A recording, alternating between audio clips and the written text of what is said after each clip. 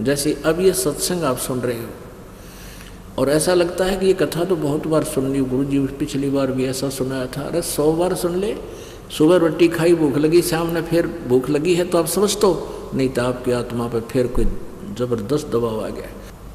पुण्यात्माओं, परमात्मा की महिमा को सुनना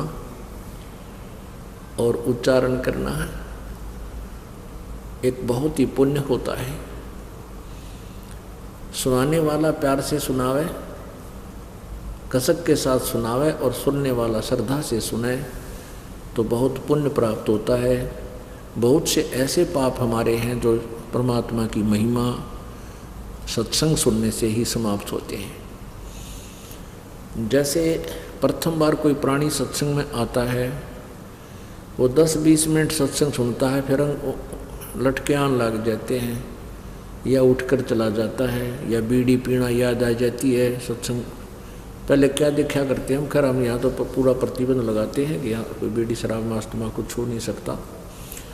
पहले क्या देखा करते हैं, सत्संग होता, लोग बाहर जा बीड़ी छुट्टे माराते, फिर आगे बैठ जाते। जो नाम ले रहे वह भी किसी औरों के सत्संगों में पूरा ड्रामा था। तो कारण क्या है कि कबीर परमेश्वर जी कहते हैं कि कबीर पिछले पाप से हरि चर्चा ना सुहावे और कै ऊँगे कै ओठ चले ना और बात चलावे। जिस प्राणी के पाप गणे बढ़ रहे हों, पुण्यात्मा, वैसे तो पाप हमारे सभी के बहुत हैं, सभी के, और जो सत्संग में आ जाते हैं, भक्ति शुरू कर देते हैं तो उनके पाप खत्म होने शुरू हो जाते हैं। तो क्या आप जी किसी भक्त भाई बहन रिश्तेदार मित्र को, सहेली सखी को बोलते हो कि आओ सत्संग सुन लो? पहले तो वो राजी नहीं होता जल्दी से, और कभी प्रसन्न हो जाता है, कहीं आप ले भी आते हो उनको, कई बार प्रार्थना करा कर वो शर्मिंदा कर वो आ भी जाता है, तो आध घंटे में वो बोर हो लेता सत्संग सुन इन बातों से, क्योंकि उसने तो रागनी चाहिए सुनना या फिल्मी गाने टनक टनक वो तो अच्छे लगेंगे, और वो है मन का आहार और ये आत्मा की खुराक। तो क्या करेंगे, थोड़ी देर तो सुनेगा, फिर या तो लटके लेने लग जाएगा या फिर अपने मित्र सहेली से कहेगा कि कितनी देर और होगा सत्संग, यानी कोई ऐसा जिक्र करेगा जिससे दूसरा डिस्टर्ब होगा भक्त, तो वो भक्त न्यू कहेगा भाई बोला मत, सत्संग सुन दे, हमने आनंद आ रहा है सत्संग सुनने दे। तो वो फिर इंसल्ट मान कर खड़ा हो जाएगा, अकुमा चालू बाहर बैठूंगा। तो परमात्मा कहते हैं कबीर पिछले पाप ते हरि चर्चा ना सुहावे, कै ऊँगे कै ऊठ चले ना और बात चलावे। तुलसी साहब कहते हैं तुलसी पिछले पाप से हरि चर्चा ना बावे, और जैसे जबर के बेगते भाई भूख विदा हो जावे। जैसे किसी को मलेरिया बुखार हो जाता है तो उसको आहार रोटी भी कड़वी लगती है, सब्जी भी कड़वी लगती है, उसको सेब संतरे खिलाना चाहे वो भी कड़वा लगता है, और मनुक्खा दाख भी उसको कड़वी लगती है। कारण क्या है कि ना मनुक्खा दाख कड़वी है, ना रोटी कड़वी, ना सब्जी कड़वी है, वो तो जीवन दाता है। ना सेब कड़वे ना संतरे कड़वे। उसके बुखार ने उसके शरीर की व्यवस्था को इतना बिगाड़ दिया कि मीठी पदार्थ भी उसको कड़वा लगता है। पुण्यात्माओं, इसी प्रकार जिनके पाप कर्म घने हैं उनको ये परमात्मा के सत्संग रूपी मनुक्खा दाख ये भी अच्छी नहीं लगती। अब जैसे बुखार के कारण उसको स्वादिष्ट पदार्थ भी कड़वे लग रहे हैं, तो उसका समाधान क्या है कि कड़वी कुनीन खानी पड़ेगी। मलेरिया बुखार हो गया ना, कड़वी कड़वी कुनीन ही खाने से वो जान बचेगी, बुखार उतरेगा, उसका जबर कम होगा। न चाहते हुए भी फांका मारना पड़ेगा कड़वी कुनीन का, और फिर कुछ ही दिन के बाद फिर धीरे धीरे बुखार यानी जबर कम होगा। वो रोटी खाने लग जाएगा। और जब कति स्वस्थ हो जाएगा वो कड़वी कुनीन खा के फिर देखना सूखी रोटी भी चाहे सब्जी भी ना हो समय पर नहीं खा जाएगा रुचि से, क्योंकि भूख लगेगी, स्वस्थ हो गया। तो इसी प्रकार पुण्यात्माओं, जिनके पाप घने बढ़ गए उन प्राणियों को सत्संग अच्छा नहीं लगता, कुनीन जैसा कड़वा लगता है। और ये सत्संग के वचनों में एक मेडिसिन भी है इन पाप नाशकरण की। इसको न चाहते हुए सत्संग को सुनना चाहिए, चाहे मन तो कितनी बकवाद करे, इसकी तो आदत से, ये तो कहा करा ना ढीठ है ये तो।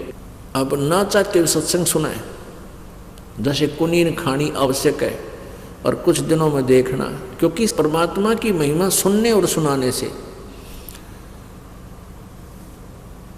हमारे पाप नष्ट होते हैं। कुछ ऐसे पाप हैं जो वाणी से ही नष्ट होते हैं, इसलिए ज्ञान यज्ञ अति आवश्यक है। 5 यज्ञ आवश्यक है। एक यज्ञ है धर्म की, एक यज्ञ है धर्म की, और दूसरी यज्ञ है ध्यान, और तीसरी यज्ञ हवन की, चौथी यज्ञ प्रणाम, और 5वीं यज्ञ ये ज्ञान है। एक यज्ञ है धर्म की, यानी यहाँ पर 5 यज्ञ होती हैं प्रत्येक समागम में। यहाँ क्या होता है कि यहाँ पर पिछली बार जो है 3 क्विंटल यानी 32 पीपे जो है घी के हवन हुए थे, 15 लीटर का एक पीपा, यानी 3 क्विंटल का घी का, देसी घी का हवन हुआ। ये हवन यज्ञ है। अब भी जितने पाठ होते हैं उस हिसाब से, और फिर कुछ ज्योति चढ़ाते हैं भक्तजन अपना हवन कराने के लिए, उनका इकट्ठा भी करते हैं, और वैसे भी लगातार ज्योति चलती रहती है अखंड दिन रात। यहाँ पर ये सामने जो ज्योतियाँ चल रही हैं, जैसे 300 पाठ हो गए तो 1 किलो का 3 दिन में हवन हो जाता है। तीनों दिन अखंड हवन चलेगा। तो ऐसे 300 पाठों की 300 किलो जो है ना घी हम हवन करते हैं, तो 3 क्विंटल घी हवन हो जाता है एक समागम में। 1 महीने में 6 क्विंटल। तो कहना है एक यज्ञ है धर्म की, जहाँ भंडारा चलता है, दिन रात भंडारा अखंड, चाहे रात ना आ जाओ को दुखी सुखी भक्त यहाँ पर पहुँच जाओ मालिक के दरबार में। आधी रात में चाय चाहिए चाय मिलेगी, दूध चाहिए दूध मिलेगा, कोई बीमार शिमार रहता है, और भंडारा भोजन मिलेगा। परमात्मा के बच्चा ने मिलकर ये सेट बना लिया, पंखे ला लिए हैं, बढ़िया मैट बिछाए रखे अपने परमात्मा की प्यारी आत्माओं के लिए, और बैठा कर मालिक अपनी चर्चा सुना रहा अपने बच्चों को। तुम कितनी पुण्यात्मा हो सोच नहीं सकते, क्योंकि लाल को अपनी कीमत का पता नहीं होता, जोरी समझता है। इस दास को मालूम आप कितने पुण्यात्मा हो, चाहे कोई रिक्शा चालक है, चाहे गरीब है, चाहे अमीर है।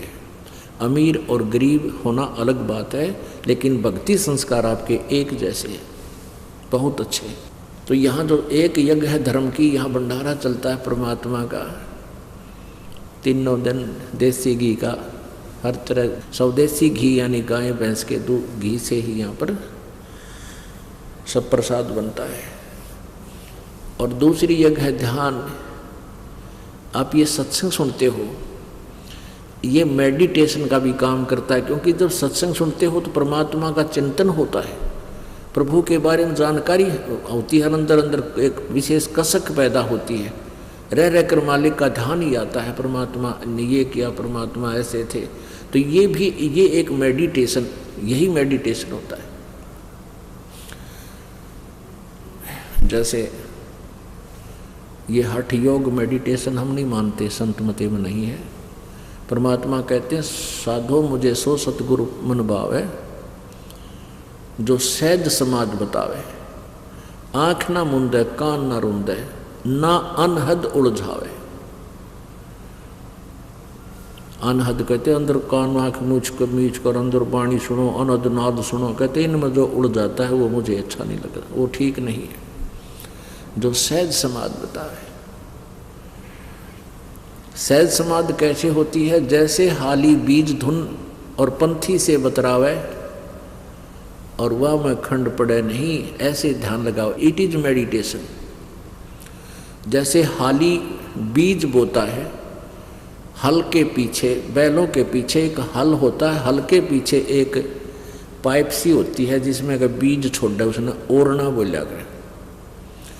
और जैसे रास्ते के साथ साथ उसने हल जोत रखा है और कोई अतिथि आ जाता है, पंथी राह चलता, और कोई बात पूछता है, रास्ता पूछता है, तो वो उससे बात भी कर रहा है और साथ में एक हाथ से बीज को छोड़ता हुआ अपने हल को नहीं रोकता। वो उसका ध्यान तो अपने बीज में है, हाथ ऐसे सेट कर रखा है उसने, उसका ध्यान है, बैलों को भी टोक देता है और उस पंथी को रास्ता भी बता रहा, आप सीधे चले जाना, आप ऐसे करना, लेकिन रह कर ध्यान उसका बीज छोड़ने पर है, कहीं ज़्यादा कम ना छूट जाए हाथ से। जैसे हाली बीज धुन पंथी से बतलावे, वाम खंड पड़े नहीं, ऐसे ध्यान लगावे।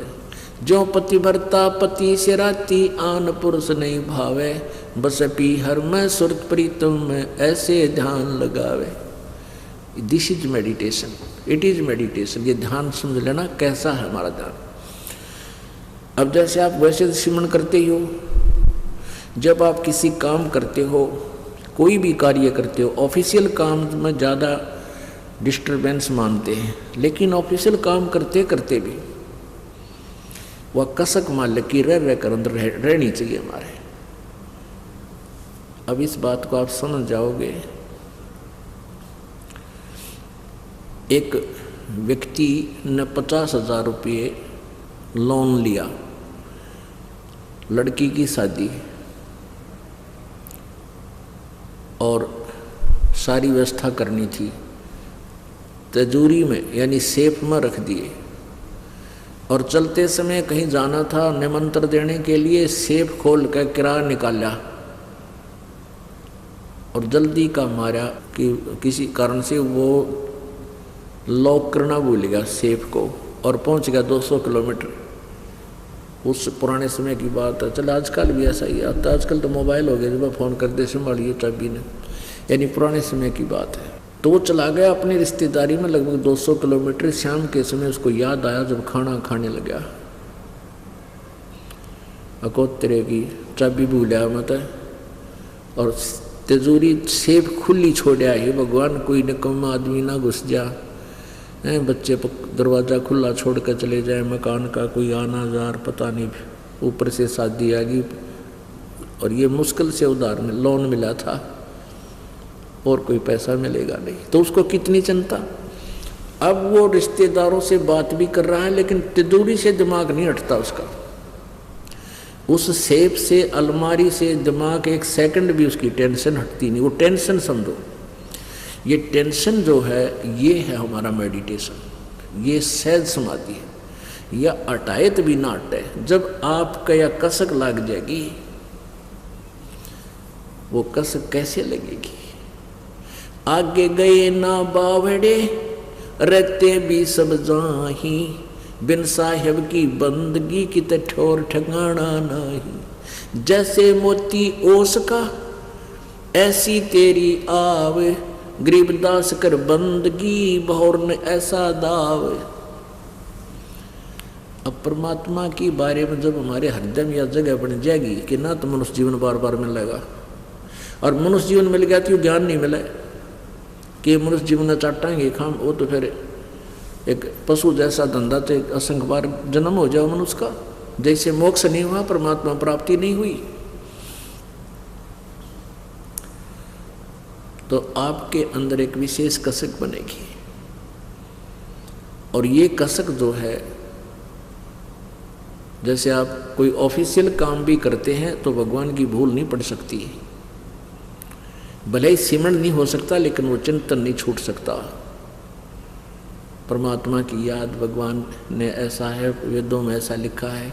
ये रह कर हमने तो एक ऐसा माहौल बनाना है, एक ऐसा रूटीन बनाना अपने दिमाग का कि ये बकवादा तटका भगवान के चरणों में ही लगा रहे। ये मालिक की वाणी याद आने लग जाएंगी जब आप कोई रिटर्न कार्य करते हो। सुखदेव ने 84 भुगती बना पजावे खरवो, तेरी क्या बुनियाद पुरानी तू पेंडा पंथ पकड़वो। कि इस तरह की बातें याद आवेंगी कि सुखदेव जैसे ऋषि भी सत साधना ना करने से गदा बना कुमार के माटी डोई, और परमात्मा कहते तेरी क्या बुनियाद पुरानी तू पेंडा पंथ पकड़ो। पेड़ा माने पंथ माने वे ऑफ वर्शिप, पूजा की विधि, पूजा का मार्ग, ये अकॉर्डिंग टू द शास्त्र, ये पकड़। तेरी क्या बुनियाद है, तू अटपट करने लग रहा है, अपनी मन मर्जी से साधना कर रहा है। तो कहने का भाव ये है पुण्यात्माओं, परमात्मा की जो वाणी कहते हैं, एक यज्ञ है धर्म की, दूसरी यज्ञ है ध्यान, और तीसरी यज्ञ ये हवन की। अब हवन कैसे करते देखे हमने, ये भट्ट बाड़ा करते, गेर का लकड़ी बड़ा कुंड बना लेते, उसमें गेर का लकड़ चंदन का लकड़ी और स्वाहा स्वाहा लोटे पर गेरे, उनका गुणा घरते पड़े हुए थे, गिरनिये थे। अब उस लकड़ी के द्वारा हवन करने से लकड़ी भी जलती है, लकड़ी से कार्बन डाइऑक्साइड पैरेलल बराबर बनती जा रही है। और हम हवन कैसा करते हैं, एक 100 ग्राम, इसमें मेरे ख्याल में 100 ग्राम रुई नहीं लगी हमारी इन ज्योतिया में, ज्योति जला रखी, और इसमें अब के लगभग 2.5 क्विंटल से भी ज़्यादा हवन होगा। पिछली बार 3 क्विंटल और 30 किलो किया था हवन, तो मुश्किल से 200 ग्राम 150 ग्राम जो है ना रुई लगी होगी, और 3 क्विंटल से भी 30 किलो ऊपर हवन हो गया। और जब लकड़ियाँ तो करें मन 1 क्विंटल गेला लकड़ी जो फूकनी पड़े इनमें, तो वो कार्बन डाइऑक्साइड साथ में। तो परमात्मा ने जो तरीका बता रखा है कि एक ज्योति लगा दो, हवन हो रहा है। हवन घी के प्रज्वलित होने से ही हवन होता है। भगवान की चर्चा कभी करो, किसी समय करो, वो अलग है, वो ज्ञान चर्चा है। तो तीसरी यज्ञ है हवन की, या हवन भी होता। चौथी यज्ञ प्रणाम। एक प्रणाम करने से भी एक यज्ञ का पुण्य आपको प्राप्त होता है, पर हृदय से जो देखा देखी नहीं लौटना है कि सारे लौटे हैं मैं भी लेट जाऊं, प्रणाम करना है ना, बूंदा सा लागूंगा, एकला खड़ा रहा था, ये कोई प्रणाम नहीं है, उसका अकाउंट नहीं होगा। कहते हैं जय गोपाल दंडवत करो, चाहे पैरा पड़ प्रणामे, पर दुआ करो दिल पाक से है, वो असला असल सलाम। जब प्रणाम करो दिल पाक से, पवित्र हृदय से, सच्चे दिल से, अपना परम कर्तव्य जानकर, इस मिट्टी को मिट्टी जानकर, और प्रणाम करो। इससे अभिमान खत्म होगा। अभिमान जीव का सबसे बड़ा शत्रु है। जब तक हमारे अंदर अहंकार है, भगवान निकट नहीं आ सकता। और हमने चाहिए भगवान से किसी प्रकार मिल रहे, हमने तो परमात्मा के लिए कमर कसी है, फिर उसमें अग्रम मग्रम किसा। जो बच्चा मिलिट्री में भर्ती हो गया और वहाँ जाकर वो सारी रिहर्सल करवाते हैं उससे, सारे ऐसे कोनियों के बल भी चलवाते हैं, रस्सों पर भी कुदवाते हैं, ऐसे पकड़ कर भी ऊपर, यानी सारी प्रैक्टिस कराते हैं ताकि मार ना खाओ बालक। कभी आमना सामना होगा जो शत्रु थे, जो हर दाव लगा ले, सब तरह ट्रेंड हो। तो दास भी आपको यहाँ ट्रेंड करना चाहता है कि जब काल के साथ आपका आमना सामना होगा, यानी यहाँ से हम जब चलेंगे तो आप मार ना खा जाओ। अब जब फौज में भर्ती होए गया तो फिर नखरे किसे भाई, सारी क्रिया करनी पड़ेगी, वहाँ अपनी ना चल है। तो ऐसे यहाँ भी आपने प्रवेश पाए लिया तो हमने हर तरह से अपने आप को ढालना पड़ेगा जो परमात्मा के नियम है, तभी हम सही सिपाही होंगे, तभी हम सही भक्त होंगे। तो पुण्यात्मा 5वीं यज्ञ है ज्ञान की। अब ये ज्ञान यज्ञ जो आपका चल रहा है, सत्संग रह रह कर सुनाया जाता है, इसका बहुत पुण्य आपको मिलता है। और हमारा कोई सिर में दर्द नहीं, 4-4 घंटे 5-5 घंटे सत्संग करूँ दिन में, और फिर आप जी से साथ साथ आपसे मिलता हूँ, कुशल मंगल पूछता हूँ, तो आपको यहाँ बुलाने का उद्देश्य है कि डॉक्टर को पता होता है कि ये रोग कटेगा कैसे मरीज का, तो वो हर ट्रीटमेंट समय पर देता रहता है, तभी वो स्वस्थ कर देता है। तो ये ज्ञान यज्ञ है। तो कहते हैं तुलसी पिछले पाप से हरि चर्चा ना बावे, अच्छी नहीं लगे, और जैसे जबर के बेगते भूख विदा हो जाए। कुछ ऐसे पाप हैं जो सत्संग के श्रवण करते हैं या शारीरिक सेवा करने से ही समाप्त होते हैं, उनका और कोई विकल्प नहीं। तो फिर क्या होगा कि कुछ दिनों के बाद आपने इतनी भूख लगेगी, आप डटे नहीं डटो। वही व्यक्ति जो पहले आध घंटा भी नहीं सुन सका था माल्य की वाणी को, अब वो ना सोचा 2 घंटे के बाद भी आगे और क्या बतावेंगे गुरु जी, कौन सी कथा सुनावेंगे। तो ये भूख लगी, आप स्वस्थ, आपकी आत्मा स्वस्थ होगी। और आपके मन में मान ले कभी भी साल में 2 वर्ष में ये आने लगा कि ये कथा तो मैंने सुन रखी है, गुरु जी ने फिर वही सुना दी, तो समझो आप फिर अस्वस्थ हो गए, आपके ऊपर कोई कर्म की मार ज़्यादा होगी। अब जैसे सुबह रोटी खाई थी आपने, रोटी वही है, सब्जी फिर बदल हो सकता है थोड़ा बहुत, और सुबह भूख लगी और शाम को फिर वही रोटी। अगर आपने ये लगा कि ये रोटी तो खाई नहीं थी सुबह, यानी अरुचि होगी आपकी, तो समझो आप फिर बीमार हो लिए, आपके कहे तो बदहजमी होगी या कोई बुखार घेरने वाला है। तो उसका ट्रीटमेंट क्या है? सुनिए, गुरु जी पिछली बार भी ऐसा सुनाया था। अरे 100 बार सुन ले, सुबह रोटी खाई, भूख लगी, शाम ने फिर भूख लगी है तो आप समझ तो नहीं, तो आपकी आत्मा पर फिर कोई ज़बरदस्त दबाव आ गया। उसका ट्रीटमेंट क्या है, उसका विकल्प क्या है कि ना चाहते हुए सत्संग को सुनता ही रहना चाहिए। फिर आध घंटे के बाद देखना आपकी कैसे रुचि बढ़ती है, क्योंकि ये साथ में मेडिसिन का काम भी करता है।